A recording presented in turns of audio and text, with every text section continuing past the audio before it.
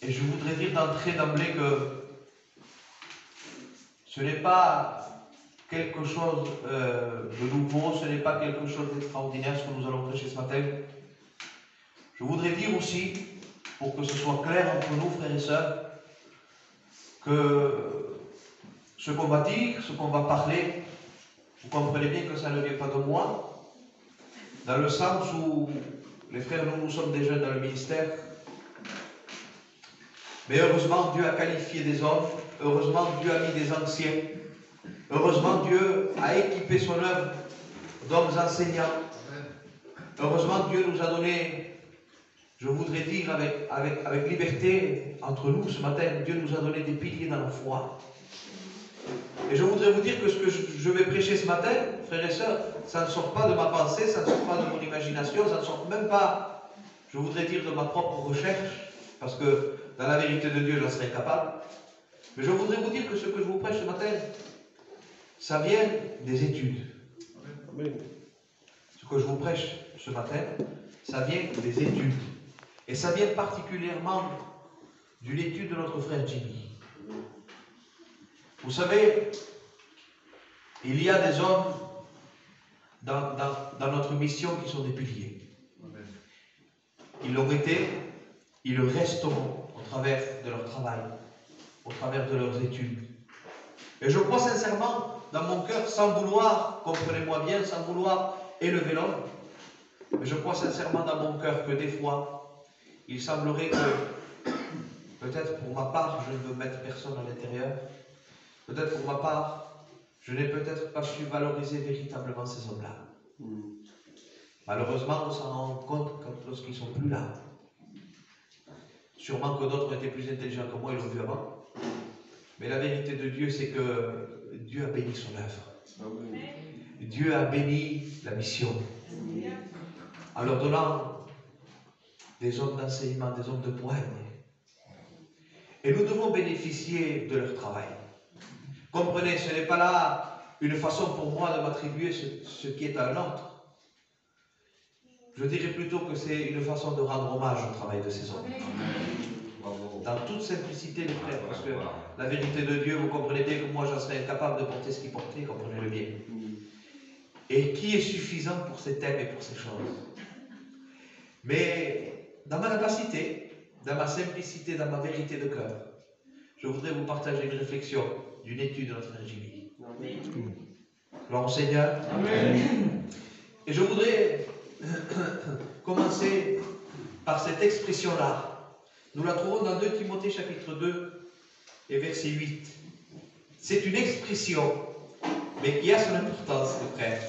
Écoutez ça. 2 Timothée chapitre 2 du verset 8.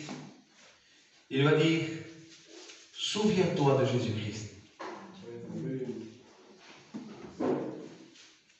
Souviens-toi de Jésus-Christ. Et parfois on peut croire, mais qu'est-ce qu'il dit le pasteur? Alors on ne se souvient pas de Jésus? C'est pas ça. C'est pas ça. Écoutez ce qu'il dit ensuite. Il dit, il va dire, issu de la postérité de David. Il dit, ressuscité des morts, selon mon évangile, il dira. Et je voudrais, là, par contre, mettre mon idée, ce que je crois, frères et sœurs. Il peut arriver que je me trompe, bien sûr, on n'est que des hommes, mais j'aimerais vous dire, peut-être le sens de pourquoi Paul a écrit ça de cette façon-là. Il va dire, souviens-toi de Jésus-Christ. C'est bien, c'est merveilleux ce souvenir du Seigneur. Il le faut d'ailleurs, hein. Il le faut à chaque moment de sa vie. Lorsqu'on est dans la joie, il faut se souvenir du Seigneur. Lorsqu'on est dans la tristesse, il faut se souvenir du Seigneur. Lorsqu'on est dans des problèmes, il faut se souvenir du Seigneur. Lorsqu'on est dans l'abondance, lorsqu'on est peut-être dans la disette, il n'y a pas de souci, il faut se souvenir du Seigneur Jésus. Mais il va rattacher quelque chose à ça. Il va dire pourquoi on doit se souvenir de ça? Pourquoi, Paul? Il dit, fils de David, il dit, et ressuscité des morts. Fils de David, oui, oui, l'humanité de Jésus. Jésus est né comme comme un simple homme, dira la parole de Dieu. Jésus est né comme un homme, il a grandi comme un homme, il a vécu comme un homme. Et je ne voudrais pas m'attarder sur ça, parce que sinon je ne pourrais pas prêcher le reste. Mais la vérité, c'est que Jésus, son humanité a été 100% humaine. Il était un homme. Et descendant de David, sans problème. Mais il va dire, il rattache encore quelque chose à cette humanité-là. Il dit ressusciter des morts. Et ça, c'est la divinité de Jésus. Voyez-vous, il y a tout un message complet là-dedans. Il y a tout ce qu'on a besoin là. On n'a pas besoin d'autre chose en vérité. Je ne sais pas comment Paul faisait ça, mais quand il disait une phrase, croyez-moi, qu'il ne disait pas les choses comme ça pour les dire.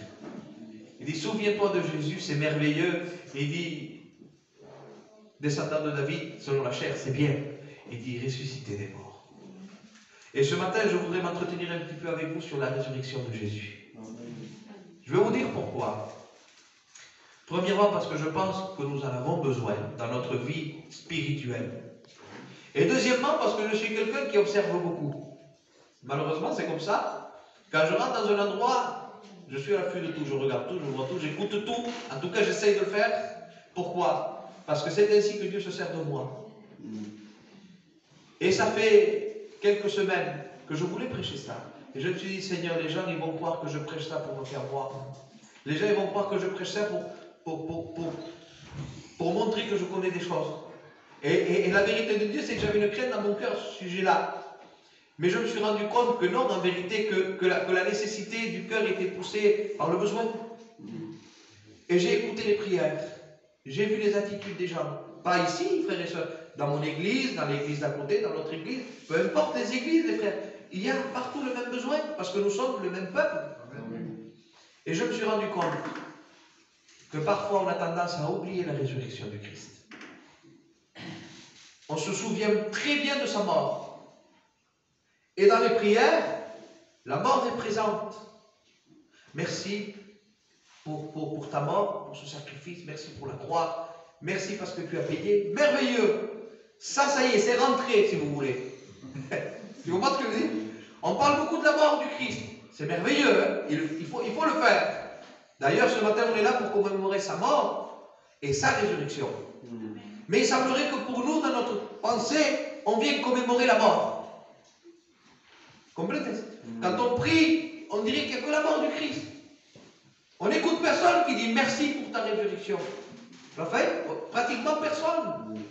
Sur 100 personnes, il y a peut-être 2 personnes qui véritablement, je voudrais dire, ont emmagasiné la connaissance de la résurrection. Comprenez? Alors, il semblerait que peut-être, je dis bien peut-être, pour ma part, j'ai plus prêché sur la mort que sur la résurrection. Et peut-être qu'on est plus alimenté de la connaissance de la mort du Christ que de la connaissance de sa résurrection. Et pourtant, les frères, et pourtant, je voudrais lire un passage avec vous. Romains 8, 34, ceux qui ont la parole de Dieu. Romains 8, 34. Il va dire, qui les condamnera? Christ est mort, et il va donner une expression qui nous donne la chair de poule. Il dit, Christ est mort, il dit bien plus. Frères et sœurs, aurait-il quelque chose dans la parole de Dieu plus grand que la mort du Christ? On n'arrive pas à concevoir dans la réalité. Seigneur, y aurait-il quelque chose de plus grand que ta mort? Eh bien, Paul dit oui. Il dit, Christ est mort, bien plus, il est ressuscité. Amen. Ça veut dire que la résurrection du Christ l'emporte sur sa mort. Et nous pouvons comprendre cela. Je demande pardon aux personnes qui sont ici. Quand une personne meurt, ce n'est pas obligé qu'elle ressuscite. Elle ressuscitera, bien sûr, dans la résurrection prévue, mais logiquement, ce n'est pas prévu qu'il ressuscite, quoi. Mais quelqu'un qui est ressuscité, il y a obligation que d'abord il soit mort. Ça veut dire que la résurrection implique la mort d'office. Et la résurrection est plus grande que la mort. Pourquoi? Permettez-moi cette expression. Raphaël, si mon expression n'est pas appropriée, je te le dis dans la vérité de Dieu. Tu viens, après tu me le dis, tu me dis, dis plus ça. Mais je crois sincèrement que c'est dans la vérité de la parole de Dieu. Frères et sœurs, pourquoi la résurrection du Christ l'emporte sur sa mort? Parce que je crois véritablement que la mort du Christ est une expression humaine. Il est mort comme un homme. Vous comprenez ce que je veux dire dans le sens, même si lui, il a donné son esprit à Dieu, c'est vrai. Il a rendu son esprit, c'est vrai. Mais l'expression de mourir, je dirais que c'est un sens humain. L'homme doit vivre et doit mourir, et ça rentre dans la normalité des choses.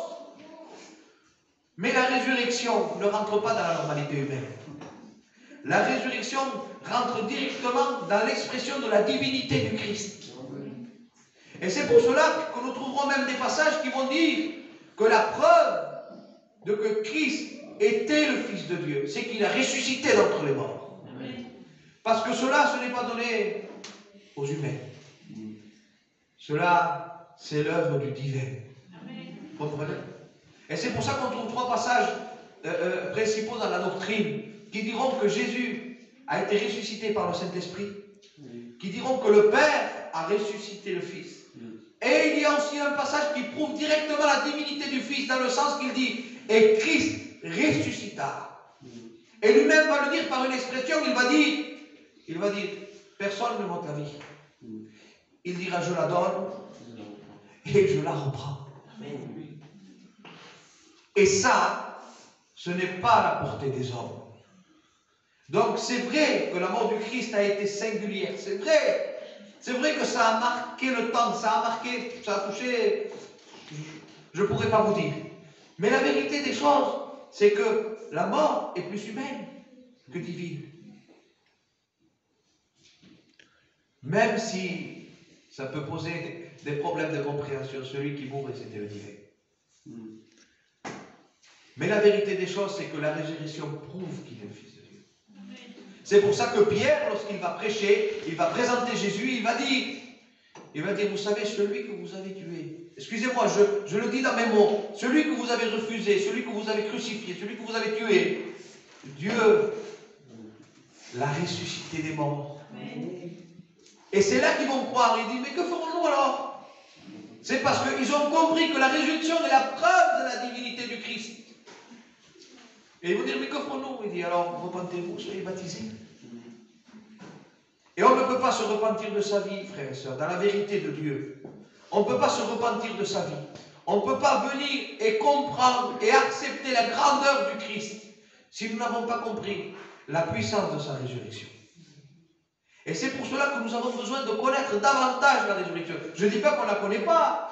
Qui, ce matin, ne sait pas que Christ est ressuscité? Nous le savons tous, frères et sœurs.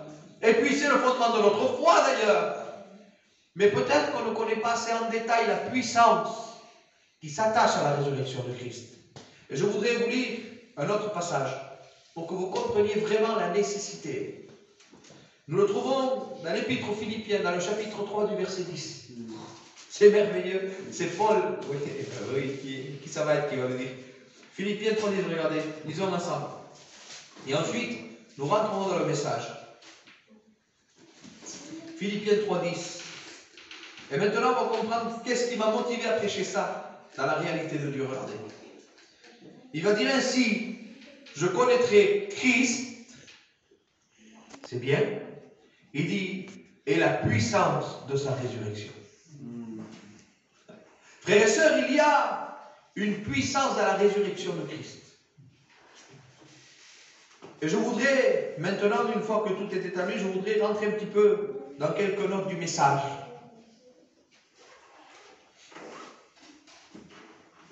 La résurrection du Christ l'emporte sur la mort du Christ.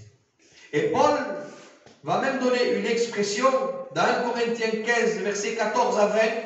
Vous avez tout un enseignement de Paul qui est choquant, mais qu'il faut connaître. Il faut, je ne dis pas qu'on ne le connaît pas, mais il faudrait peut-être l'emmagasiner davantage. Regardez ce que Paul dira. Il va donner une phrase qui est forte.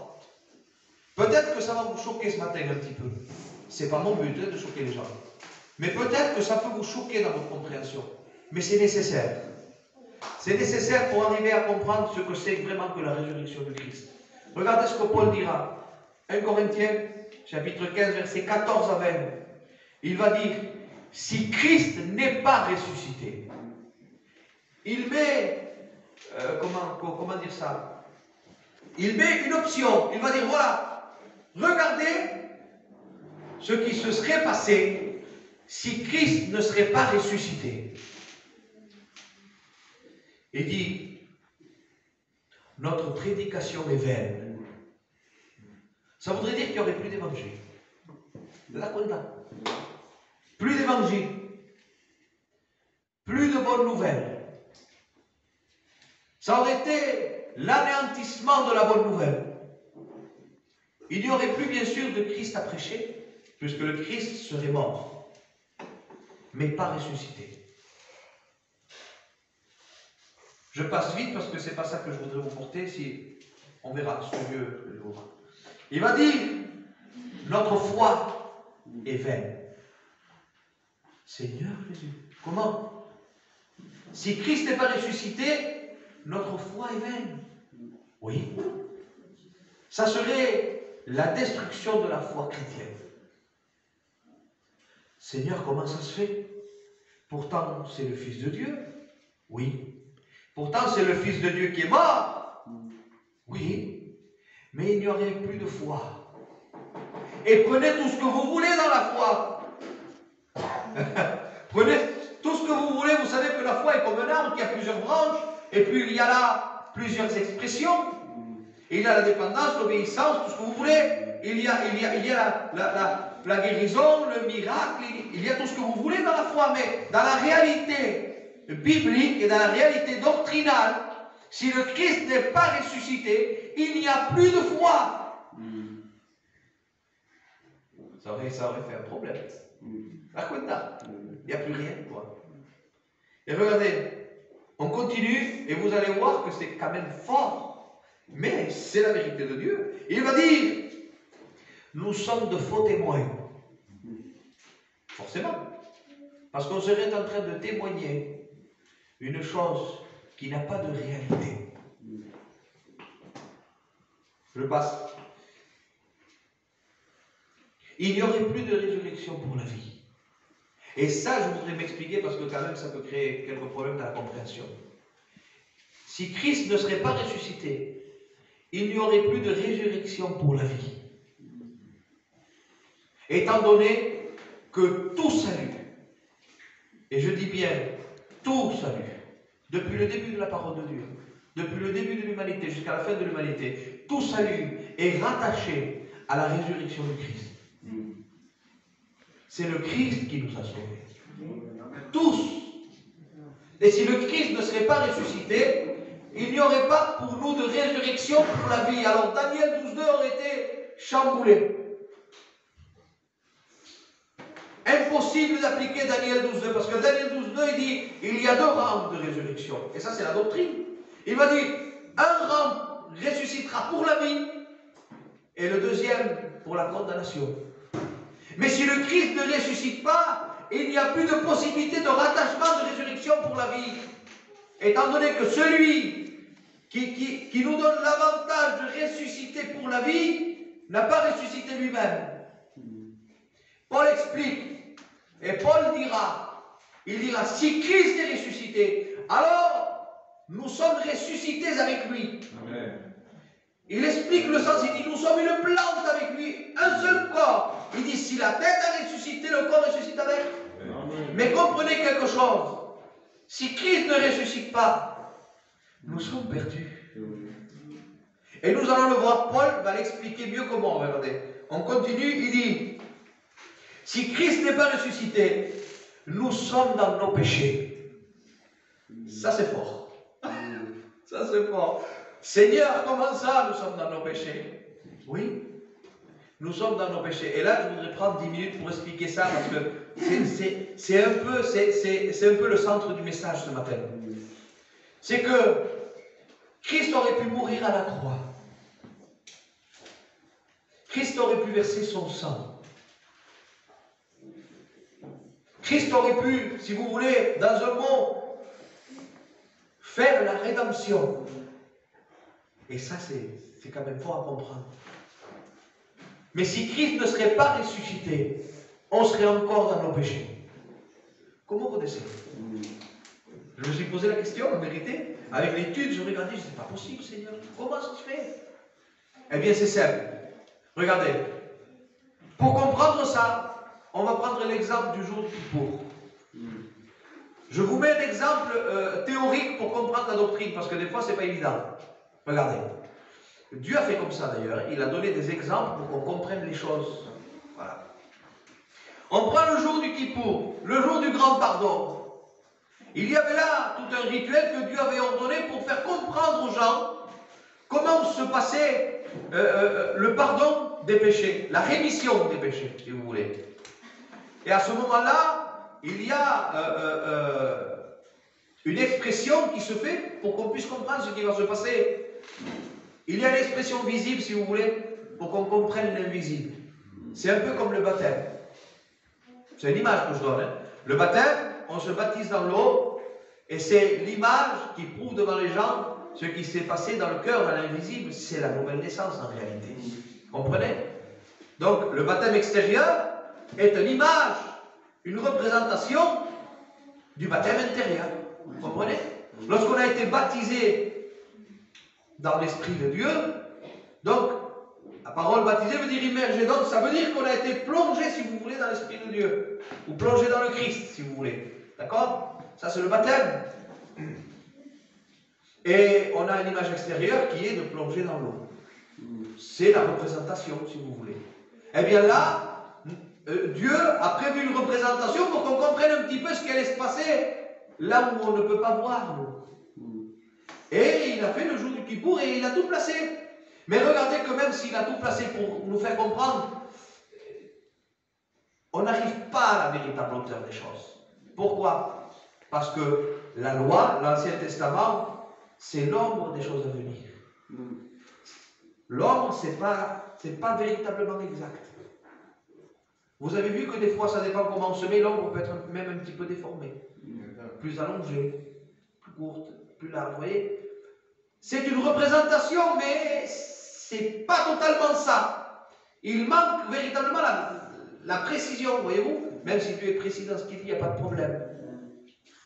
Et voici que le jour du Kippour, il fallait faire donc l'office du pardon du peuple. Et le peuple venait. Et il y avait là 3 choses très importantes. Il y avait 2 boucs et il y avait le souverain sacrificateur. Et voici qu'on apportait ça. Alors il y avait tout un rituel. Et qu'est-ce que faisait le souverain sacrificateur? Il prenait un bouc, il l'égorgeait. Il prenait le sang. Il prenait le deuxième bouc, il le plongeait dans le sang. Il le tachait de sang. On prenait ce bouc-là et le souverain sacrificateur lui imposait les mains. Et il demandait à Dieu de transférer les péchés sur ce bouc. On prenait ce bouc-là, on le menait au désert. Et pour vous faire court, on l'accompagnait une certaine distance, ensuite on le laissait aller.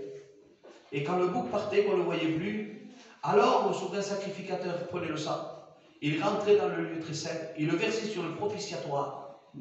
Et voici que le souverain sacrificateur ressortait du lieu très saint, et symboliquement, je le dis comme ça, symboliquement, le pardon des péchés était accordé. Ou couvert, comme vous voulez. Et je voudrais vous dire quelque chose. Il y a là pour nous toute une connaissance des choses. Regardez, imaginons maintenant, nous devons faire la différence entre la rédemption, qui est le rachat, qui est la paye du péché, et la justification. Ce sont 2 doctrines différentes. Dans la rédemption, on peut avoir 3 à 4 doctrines qui s'y rattachent. Je vais vous les citer simplement, je ne veux pas trop rentrer dans les choses, mais il faut que je rentre un petit peu pour expliquer. Nous avons l'imputation. Nous avons la substitution. Je vais dire ces 2, et ça suffit. Ça suffira. Regardez. L'imputation, parce que pour faire le pardon des péchés, il fallait que Jésus fasse l'imputation. Qu'est-ce que l'imputation? Eh bien, l'imputation, c'est l'image du bouc qui est trempé dans le sang et qu'on lui impose les mains. Et compris pour transférer le péché du peuple sur lui. Ça, c'est l'image du Christ. C'est l'image dans laquelle le Christ, comme le dit Ésaïe, il dit, nous l'avons considéré frappé de Dieu, et voici, c'était nos péchés qu'il portait. Ça, c'est l'imputation. Ça veut dire, excusez-moi, je vais le dire à ma façon, je vous demande pardon de ma pauvreté de langage. C'est un peu comme un virement. Je le mets à nos jours pour qu'on comprenne, sinon on ne comprendra pas. C'est comme un virement bancaire. On a une somme d'argent, on veut la transférer à quelqu'un, on vire l'argent, on lui transmet l'argent. Sauf que là, ce n'était pas de l'argent qu'on transmettait, c'était le péché. Et c'est pour ça que nous trouvons dans la parole de Dieu des expressions comme « il a porté nos péchés ». Ça ne veut pas dire qu'il est devenu pécheur, jamais de la vie. Mais il a porté notre dette. Ça, c'est comme si moi, j'ai une dette de 35 000 €, je n'arrive pas à la payer. Et Raphaël, il dit, laisse, je vais la payer pour toi. Et moi, je lui transfère ma dette, mon papier, je dis, tiens.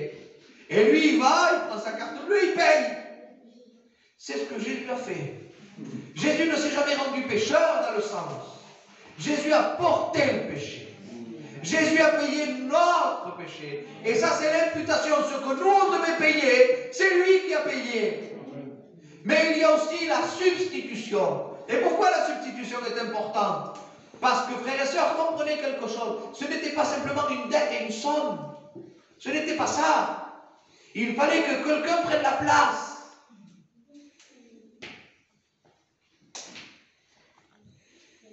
Et la substitution, c'est ça. Un substitut, c'est quelqu'un qui prend ta place. Parce que pour payer cette dette, il fallait une personne qui paye. C'est bien dit.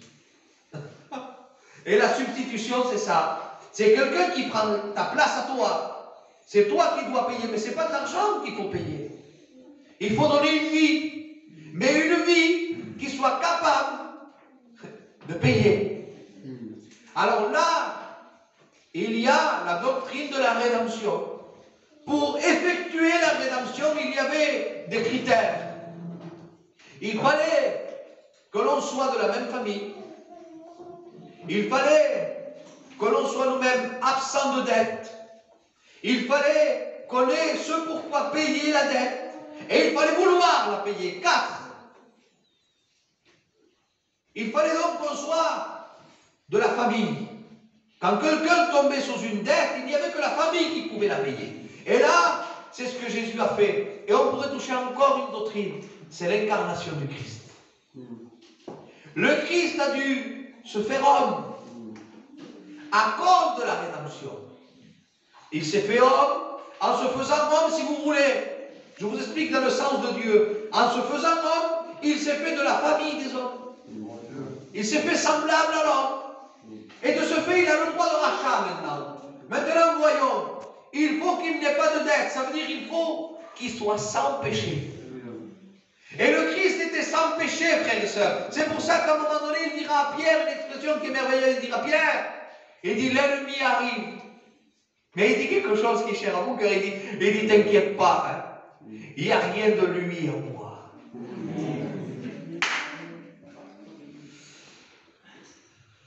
Il fallait qu'il ait de quoi payer. Et la parole de Dieu dit, nous n'avons pas été rachetés ni avec de l'or, ni avec de l'argent. Mais nous avons été rachetés avec le sang précieux de Jésus-Christ. Et puis, il fallait qu'il veuille. Il fallait qu'il veuille, voilà la doctrine, il fallait qu'il veuille. C'est pour ça qu'il dit, par l'entremise d'Ésaïe, il va dire, envoie-moi, ô Dieu, pour faire ta volonté. Et là, on commence un petit peu à comprendre. Alors tout ça, attention, tout ça, c'est la mort à la croix. Toutes ces doctrines-là, c'est la mort à la croix encore. Le pardon du péché, la paye du péché, la rédemption, c'est à la croix tout ça. Ça s'est fait à la croix. Mais Seigneur, comment est-il possible alors que même s'il accomplit tout ça à la croix, s'il ne ressuscite pas, on est perdu? Eh bien parce qu'il manque encore une doctrine. C'est la justification. Et la justification, frères et sœurs, elle ne s'est pas faite à la croix. Elle s'est faite après la croix. Et je vais m'expliquer maintenant. Si on prend la mort du Christ, il y a Le premier bouc qui est tué, il y a le sang. Ça, c'est l'offrande. Ça, c'est celui qui vient mourir à la croix. C'est très bien. Si on prend le deuxième bouc, c'est donc l'imputation, la substitution, donc c'est le transfert, c'est le port de charge, c'est toutes les lois qui concernent la rédemption, c'est merveilleux. Mais comme j'ai dit, l'image n'était pas véritablement exacte encore là, parce que c'est des choses humaines qui expliquent des choses célestes, et c'est compliqué. Et quand il envoie le bouc dans le désert, en réalité, dans le sens humain, le bouc il meurt. Et le bouc ne ressuscite pas, comprenez-le, c'est un bouc. Le bouc meurt. Et c'est de là que vient le mot bouc émissaire. En regardant ce qu'a écrit notre frère Jimmy, j'ai réussi à comprendre ça. C'est de ce mot que vient le mot bouc émissaire. Et vous savez ce que c'est un bouc émissaire aujourd'hui? On dit ça à quelqu'un qui se fait piéger en réalité. On dit, t'as vu, celui-là a commis un crime et lui a servi de bouc émissaire. Ça veut dire qu'il a transféré ses crimes et tout ce qu'il a sur l'autre. Mais en vérité, c'est pas l'autre qui l'a fait, c'est lui. Mais là, encore, c'est pas exact. Parce que celui qui se fait attraper, il ne veut pas se faire attraper. Alors que Christ, lui, s'est donné. Personne n'a attrapé le Christ dans sa compréhension. C'est lui qui s'est donné. Mais c'est de là que vient l'expression bouc émissaire. Alors oui, si vous voulez, dans un sens large de la compréhension, on pourrait dire que le Christ a pris cette place-là. Parce qu'il a pris notre place. Vous comprenez? Et ce n'était pas lui qui l'avait fait. Donc il a servi dans un certain sens comme d'un bouc émissaire, si vous voulez. Mais la réalité, c'est qu'il y a encore un problème. C'est que le souverain sacrificateur, il rentrait dans le lieu très saint. Il rentrait avec le sang du bouc pour pouvoir faire la propitiation. C'est-à-dire pour verser le sang devant Dieu. Parce que sans effusion de sang, il n'y a pas de rémission de péché. Et là, on trouve un véritable problème, frères et sœurs. C'est que maintenant, pour faire la vérité, pas l'ombre des choses, la vérité des choses, il faut rentrer devant Dieu. C'est ça le problème. C'est qu'il faut rentrer là-bas. Et la parole de Dieu, Jésus lui-même dira, personne n'est monté vers le Père. Quand il dit personne, c'est personne. Il dit personne n'est monté vers le Père si ce n'est moi, le Fils, qui est devant le Père. Et qui en est descendu. Alors il faut comprendre que celui qui doit porter, si vous voulez, dans un sens, le sang, celui qui doit faire donc la justification, parce que la justification, il faut l'acquérir de la main de Dieu. C'est normal. Alors maintenant, il faut quelqu'un qui puisse rentrer là-bas. Oui, mais pour rentrer là-bas, il n'y en a qu'un seul qui peut rentrer. Et c'est le Christ. Alors si le Christ ne ressuscite pas, il ne peut pas rentrer avec son sang en présence de son Père. Et s'il ne peut pas rentrer là-bas, il n'y a pas de justification. C'est ça qui bloque le salut. C'est ça qui bloquerait si le Christ ne serait pas ressuscité. C'est qu'il fallait que lui-même prenne son propre sang, dit Paul. Il est rentré avec l'offrande de son propre sang. Et il est rentré vers son Père. Et là, Paul, comprenant toutes ces choses, il va donner une exclamation. Il va dire, mort, où est ton aiguillon? Et nous savons que l'aiguillon de la mort, c'est le péché. Et nous le retrouvons, cet aiguillon, dans Colossiens chapitre 2, verset 14.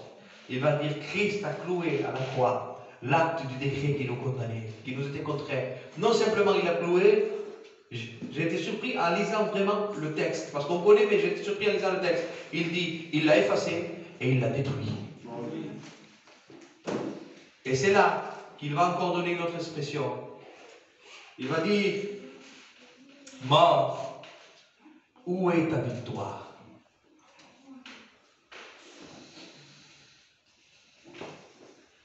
Et nous avons une expression qui est merveilleuse. Dans 1 Corinthiens 15, 54, il va dire, la mort a été engloutie dans la victoire. Mais la vérité des choses, c'est que cette mort a été engloutie dans la victoire totale, dans la résurrection du Christ. Gloire au Seigneur. Et puis, je voudrais... Non, je ne veux pas, je n'ai pas le temps. Je voudrais simplement rester là. Je voudrais simplement expliquer cela. Je vais je ne vais pas le prêcher, je vais le dire. Hein? Comme ça va aller plus vite. Et ce qu'il faut comprendre, c'est que dans la résurrection du Christ, nous avons tout. Dans sa mort, il y a la paye, il y a le paiement, il y a les doctrines du rachat. Mais dans la résurrection du Christ, nous avons tout ce que nous avons besoin pour pouvoir vivre une vie de Dieu. Nous avons tout ce qui peut encourager notre foi. Nous allons trouver véritablement là le soutien de tous nos besoins. Et je vais dire quelques vérités qui découlent de la résurrection du Christ. Et vous allez voir que quand Paul explique ces choses, il semblerait qu'il ne parle plus de la mort. Quand il explique ces choses, il explique que ce sont des bienfaits de la résurrection, des bienfaits de la résurrection, des bienfaits de la résurrection. En voulant dire, dans l'expression de Paul qu'il va donner, quand il finit d'expliquer ça, il dit, mais Christ, il dit, est réellement ressuscité. Et c'est là que se situe notre foi. C'est là que se situe notre stabilité dans la foi de Dieu. Et regardez, je vais dire simplement quelques expressions.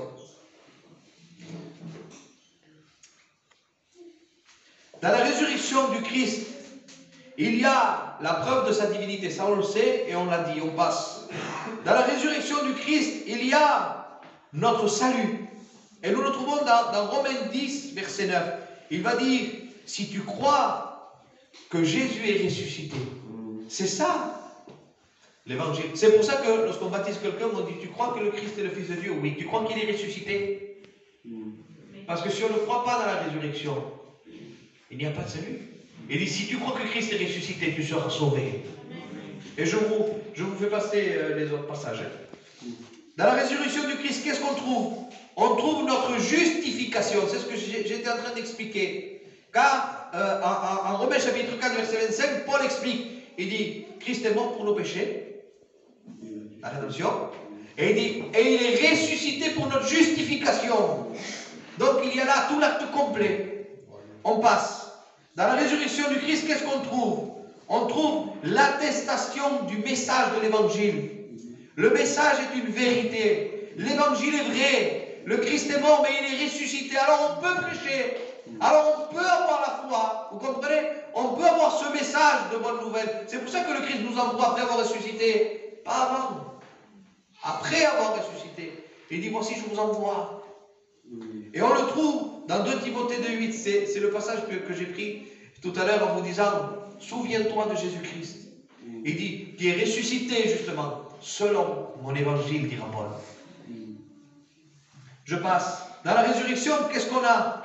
On a la confirmation de la réalité de la foi. Maintenant, on peut avoir une véritable foi, une pleine foi, en sachant que notre Sauveur est ressuscité. Passons. Qu'est-ce qu'on trouve dans la rédemption? On trouve une espérance. L'espérance est véritable maintenant. Et il va dire, 1 Pierre 1,3, il va dire une espérance, il dit vivante, par la résurrection du Christ. Et si on regarde tous ces passages, on verra que c'est toujours des bienfaits de la résurrection. Regardez, la résurrection du Christ, qu'est-ce qu'il y a encore? Il y a, dans la résurrection du Christ, et ça c'est important, je vais prendre 2 minutes. Je peux refaire, je prends 2 minutes. Dans la résurrection, on trouve la possibilité de naître de nouveau. Si Christ n'est pas mort et ressuscité, on ne peut pas naître de nouveau. Et c'est pour ça qu'il dit à Nicodème, il dit, si un homme ne naît de nouveau, parfois on se trompe, on dit, Jésus a dit à Nicodème, il faut que tu naisses de nouveau. Non, c'est pas ce que Jésus a dit à Nicodème. Il ne lui a pas dit, il faut que tu naisses, il ne pouvait pas, il n'était pas encore mort, il n'était pas encore ressuscité. C'est pour ça qu'il dit, si un homme ne naisse, et puis il met ça au futur, il dit, ne t'étonne pas que je dise que vous devrez tous naître de nouveau. Ça veut dire, ça viendra plus tard. Et dans la réalité de Dieu, si Jésus n'est pas ressuscité, on ne peut pas naître de nouveau. Et je vais vous dire pourquoi. Parce que si le Christ ne serait pas ressuscité, sa vie ne pourrait pas vivre en nous. C'est normal. S'il est mort, il ne peut pas vivre en nous. Mais s'il est ressuscité, sa vie peut maintenant vivre en nous. Et ça, je voudrais vous donner l'image. Voyez-vous, Jésus va expliquer ça par 2 fois. Plus encore, mais 2 fois majoritairement. La première des fois, c'est avec le cep et le sarment. Il va dire, je suis le cep. Il dit, si vous demeurez à moi, ça veut dire si vous êtes attaché à moi, vous porterez du fruit. Et ça, c'est la vie du Christ qui émane à travers nous. C'est pour ça qu'il dit, celui qui n'est pas attaché à moi, il ne peut pas porter de fruit. Mais il dit, celui qui est attaché à moi, il portera du fruit. Et je voudrais ce matin vous encourager dans ce sens-là. Qu'est-ce qu'il faut faire pour porter du fruit? Comment pourrais-je, Seigneur, porter davantage de fruits? Quel effort je dois faire pour porter du fruit? Quel effort tu dois faire pour porter du fruit? Préoccupe-toi d'être attaché. C'est tout. Comment? Ah mais non, il faut faire des efforts humains. Oui, fais ton effort humain. Attache-toi à Christ.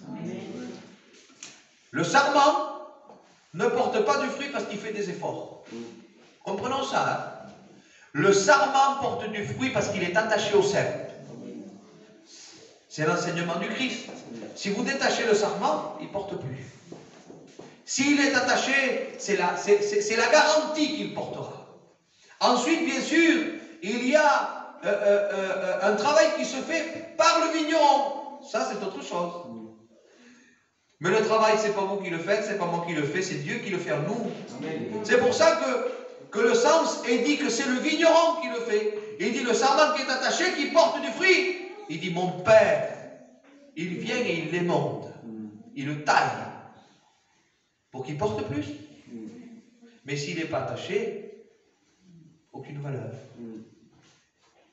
Et je voudrais vous dire aussi que parfois, il est plaisant, il est agréable de recevoir l'eau du vigneron. Il est agréable de voir que le vigneron se préoccupe de nous, qu'il vient nous voir, qu'il regarde le fruit, qu'il dit, regarde, il y a du fruit. Et on voit l'intéressement du vigneron pour nous. Mais j'aimerais vous dire que des fois, et pas des fois toujours, dans la vérité, le coup de sécateur fait mal. Le coup de sécateur, ça fait mal, les frères. Quand Dieu vient avec un sécateur et qui fait clac, clac, ça va pas, ça va pas, ça va pas. Ça fait mal. Mais laissez-moi vous dire que si on accepte le sécateur, le fruit est garanti. La croissance est garantie. Le développement est garanti. Passons. Je voudrais dire ça. Regardez. Comment est-ce que Paul peut dire « Ce n'est plus moi qui vis. C'est Christ qui vit en moi. » Eh bien, cette phrase, il peut le dire parce que Christ est ressuscité. Amen. Tout simplement. Et je voudrais vous mettre un exemple. Imaginez un tronc d'arbre. Ici, on connaît beaucoup, par exemple, les cerises. On travaille beaucoup aux cerises. Ici, dans le coin, on connaît un peu ça. Les cerisiers. Bon. Mais on va parler d'un cerisier pour qu'on puisse bien se comprendre. Imaginez un cerisier qui a été émondé, taillé, si vous voulez. On a enlevé toutes les branches. Ou 2, ou 3, ou 4, comme vous voulez. Mais dans le sens biblique, c'est on a coupé les branches. On a coupé les branches, il reste le tronc. C'est le porteur, lui. Et maintenant, on va venir greffer. On va venir greffer autre chose. Parce que quand on coupe, et comprenez le sens, quand on coupe, c'est jamais pour greffer la même chose. Dans la logique, quand on fait une greffe, c'est ça, hein? Dans la logique, quand on fait une greffe, c'est parce qu'on veut changer la variété. C'est la logique des choses, sinon ça ne sert à rien de martyriser l'arbre, vous comprenez bien. Et là, voilà, c'est ce que Dieu a fait avec nous. Il y a un arbre, il y a un tronc, je passe les commentaires.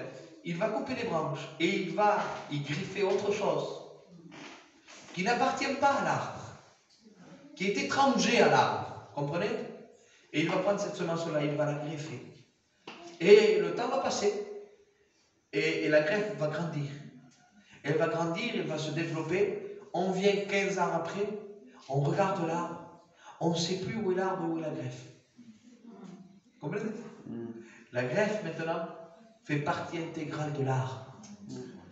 Et la greffe a 10 ans. Mais l'arbre peut avoir 50 ans, 40 ans. Comprenez ce que je veux dire? Et alors, qu'est-ce qui se passe? Eh bien, il se passe que cette greffe-là, elle va bénéficier de la force et de la puissance des 50 ans du tronc de l'arbre. Parce qu'elle est portée par lui. Comprenez?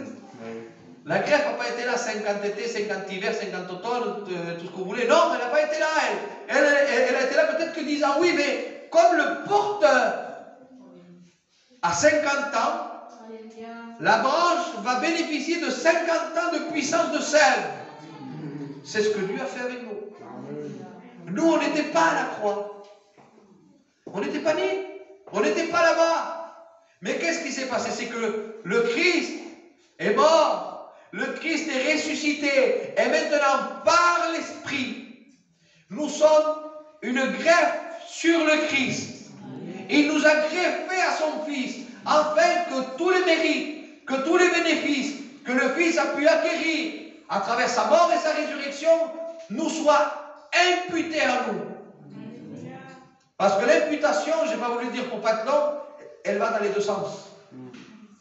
L'imputation, ça peut être une dette que tu transmets, ou ça peut être une richesse. On peut très bien donner une richesse à quelqu'un, c'est une imputation. Et là, le Christ, qu'est-ce qu'il a fait? Il nous a déchargés de nos péchés. Il nous a déchargés de notre condamnation. Et il nous a enrichis. Il nous a bénis. Il nous a sauvés au travers de la nouvelle naissance. Et maintenant, là, bénéficie de tout ce que le trône peut lui offrir. C'est pour ça qu'on trouve dans la parole de Dieu l'expression, on n'est pas héritier du ciel. Nous sommes co-héritiers. Parce que c'est lui qui nous donne à l'être. Et c'est sa vie qui est en nous. Alors, comme je dis, pour porter du fruit, ça ne dépend pas simplement que de nous. Ça dépend de notre attachement à lui. Et Paul a compris, il dit, c'est plus moi qui vis. C'est Christ qui vit en moi. Allez, on passe vite fait. Regardez. Nous allons trouver l'appartenance dans la résurrection. Romains 7, 14, il va dire, vous appartenez au ressuscité. Ça y est, c'est fini. Nous avons quelqu'un qui est ressuscité, quelqu'un qui est vivant, et on lui appartient. Ça encore, c'est compliqué. Un homme de Dieu qui était le frère Manico disait, mes enfants m'ont acheté une voiture. Il dit, ils l'ont mis à mon nom, ils me l'ont donné. Il dit, la voiture est à mon nom. Il dit, si maintenant ils veulent me la reprendre, ils ne peuvent pas. Parce que la voiture est à mon nom. Il dit, alors après la voiture, j'en fais ce que j'en veux. Excusez-moi du mot, il dit, si je veux la rentrer dans un champ, je la rentre dans un champ. Si je veux passer au milieu de la boue, ben je passe au milieu de la boue. Elle est à moi. Vous comprenez? Il y a mon nom sur la carte grise. Il disait, eh bien, il faut comprendre, frères et sœurs, que nous appartenons au Christ. Et nous ne nous appartenons plus nous-mêmes. Dans notre cœur, il y a écrit Jésus-Christ. Et frères et sœurs, on doit avoir cette dépendance au Christ. Mais il n'y a que par la nouvelle naissance qu'on peut avoir cette dépendance. Il n'y a que par la résurrection du Christ qu'on peut comprendre ces choses. Passons. Qu'est-ce qu'on a dans la résurrection du Christ? Eh bien, nous avons, c'est un peu la même chose, dans 2 Corinthiens 5,15, il nous parle de vivre pour le Christ. Maintenant, c'est une vie. Offrez vos corps. Allez-y. Offrez-vous un sacrifice vivant. Et là, il y a l'offrande volontaire de soi. Maintenant, on peut s'offrir à quelqu'un qui est vivant. Comprenez? Et c'est pour ça que Paul dira que je vive, c'est pour lui, c'est pour Dieu, c'est pour le Christ. Et il dit, si je meurs, il dit, c'est pour le Christ. C'est pour ça que Paul a eu cette assurance-là de suivre la parole de Dieu jusqu'au bout. Même quand il savait qu'en allant à Rome, il allait mourir. C'est fort. Il dit, mais que m'importe, si l'Esprit me dit d'aller là-bas, si je vis, c'est pour lui. Il dit, si je meurs, c'est pour lui. Donc, s'il faut que j'aille là-bas et que je meure là-bas, ben, j'irai, je mourrai là-bas. Et ça, c'est quelque chose d'extraordinaire. Passons. Qu'est-ce qu'on a? Colossiens, chapitre 3, verset 1er, il dit, si vous êtes ressuscité avec Christ, c'est la condition, si vous êtes ressuscité avec lui, il dit, attachez-vous aux choses d'en haut. Et la vérité, c'est qu'il ne peut pas y avoir d'attachement aux choses d'en haut. Si Christ n'est pas ressuscité, si sa vie n'est pas en nous, c'est lui qui nous pousse à nous attacher. Passons. La résurrection du Christ, qu'est-ce qu'elle nous permet? J'ai déjà expliqué, elle nous permet le fruit. Romains chapitre 6, verset 5. Il va dire, nous sommes une plante avec lui et donc nous pouvons porter du fruit. Passons. Qu'est-ce que la résurrection du Christ peut nous apporter aussi? Eh bien, elle fait possible la sainteté et la sanctification. Et oui. Elle rend possible la sainteté par le décret de la justification, ce qui veut dire que nous avons été justifiés, donc nous sommes déclarés saints. Elle nous donne un état de sainteté. Et la sanctification. Pourquoi la sanctification? Parce que nous trouvons dans un passage de la parole de Dieu une scène qui ne s'est déroulée qu'une fois. Nous voyons le Christ avec ses disciples. Je passe vite, les frères.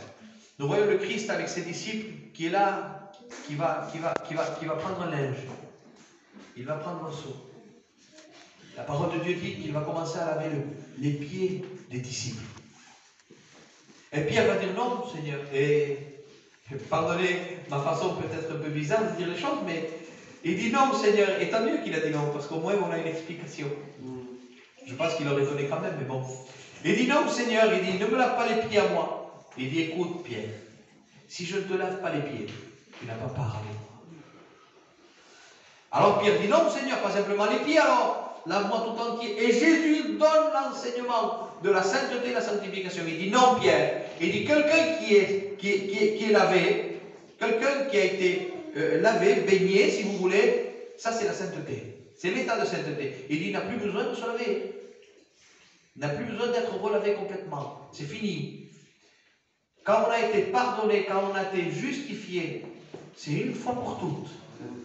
Et il dit, il n'a plus besoin de se laver entier. Il dit, il a simplement besoin de se laver les pieds. Ça, c'est la sanctification journalière. Voyez-vous, à l'époque, il marchait, les pieds se salissaient beaucoup. Donc, il met l'exemple. Il dit, il a simplement besoin de se laver les pieds. Mais je pose la question. Si la sanctification est laissée à notre tâche, parce que la sanctification, c'est la part de l'homme, d'accord? Si la sanctification est laissée à notre tâche, comment ça se fait que c'est lui qui le fait? Comment ça se fait que c'est Jésus qui le fait? Et il lui dit, si je ne te le fais pas, tu n'as pas part avec moi. Comment ça? Eh bien, tout simplement parce qu'il faut qu'on comprenne que même notre sanctification est poussée par l'Esprit. Comprenons quelque chose. De nous-mêmes, on ne veut pas, et on ne peut pas d'ailleurs. Mais poussé par l'Esprit, l'Esprit te dit, prie. L'Esprit te pousse à la prière. L'Esprit te pousse au jeûne. L'Esprit te pousse à demander pardon. Parce que l'Esprit te dit, tu vois, tu as fait ça, c'est pas bien. Il t'aide, il te conduit. Et c'est par lui qu'on peut vivre une vie de sanctification. Vous imaginez? Finalement, qu'est-ce qu'on fait? On ne fait pas grand-chose. Pas grand-chose. Regardez, la résurrection de Christ, c'est, je finirai avec ça. Je finirai avec ça. La résurrection de Christ, c'est le témoignage principal de l'évangile. J'arrêterai avec ça parce que c'est très bien pour finir.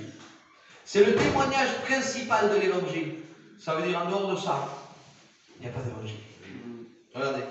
Et on trouve Acte 4, 33. Il va dire, les apôtres rendent des témoignages avec force de la résurrection. C'est le témoignage principal de nos vies. Et je voudrais simplement, j'ai voulu, surtout ce matin, simplement m'entretenir avec vous sur la résurrection du Christ pour plusieurs raisons. Une des raisons, c'est pour vous le rappeler. Je sais, frères et sœurs, que des fois, ça peut ressembler à quelque chose de fastidieux. De devoir écouter des choses qu'on connaît, des choses qu'on sait. Et pourtant, Pierre disait, je ne me lasse pas de vous répéter les mêmes choses. Ce qui est important. Et je voudrais vous dire ce matin, dans la vérité de nos cœurs, qu'est-ce qu'il y a de plus important que la résurrection de Christ? Il n'y a rien de plus important. Alors j'ai eu à cœur de vous le partager ce matin. J'espère de tout mon cœur que la réflexion de ce matin vous a béni, que la résurrection, que la pensée ce matin, elle nous a enrichis, elle nous a bénis, elle nous a fortifiés dans notre foi. Vous savez, nous ne croyons pas dans un Dieu qui est mort. Nous croyons dans le Christ qui est mort, c'est vrai, mais qui est ressuscité. Alors fermons nos yeux, s'il vous plaît.